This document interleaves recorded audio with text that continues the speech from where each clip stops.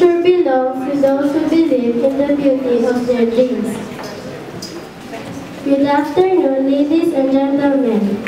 To our guests, we are all gathered here today for the graduation of St. Emmeline Academy, Batch 2013. To my fellow graduates, this is the day we have all been waiting for. The end of our life's current chapter and the start of a new one.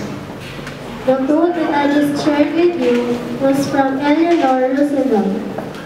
Indeed, it is we to have our wonderful imagining and dreams. But all of this cannot come into reality if we do not act on them. Dear graduates, our education is a tool that we can use to reach our dreams.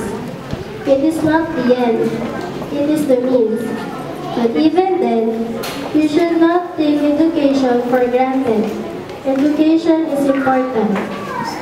And it is for this very reason that we are here now, to celebrate a new milestone for our students. Our elementary graduates would move on to high school, and our high school graduates would continue with their tertiary education. We should not think of this next stage as a pain, but as an opportunity for a bright future. For this, I would like to personally thank my parents, Mr. Ramio and Mrs. Jennifer Valente, as well as all of the parents and guardians of all the graduates.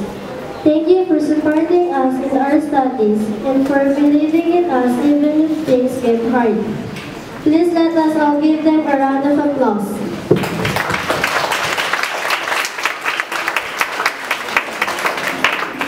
Also, thank you to our teachers who have patiently taught us lessons that will help inside and outside the four walls of our classroom. To our distinguished guests, thank you for gracing us with your presence and making this day memorable for us graduates.